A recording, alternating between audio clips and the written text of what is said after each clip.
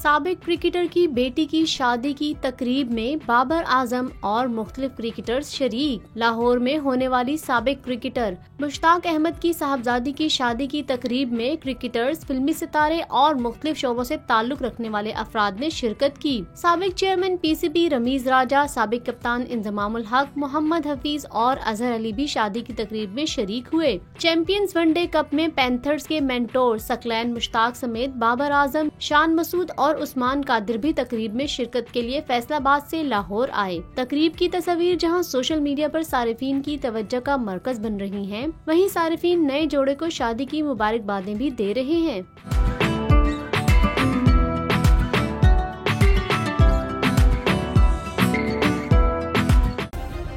Subscribe करें और bell दबाएं ताकि कोई खबर रह न जाए।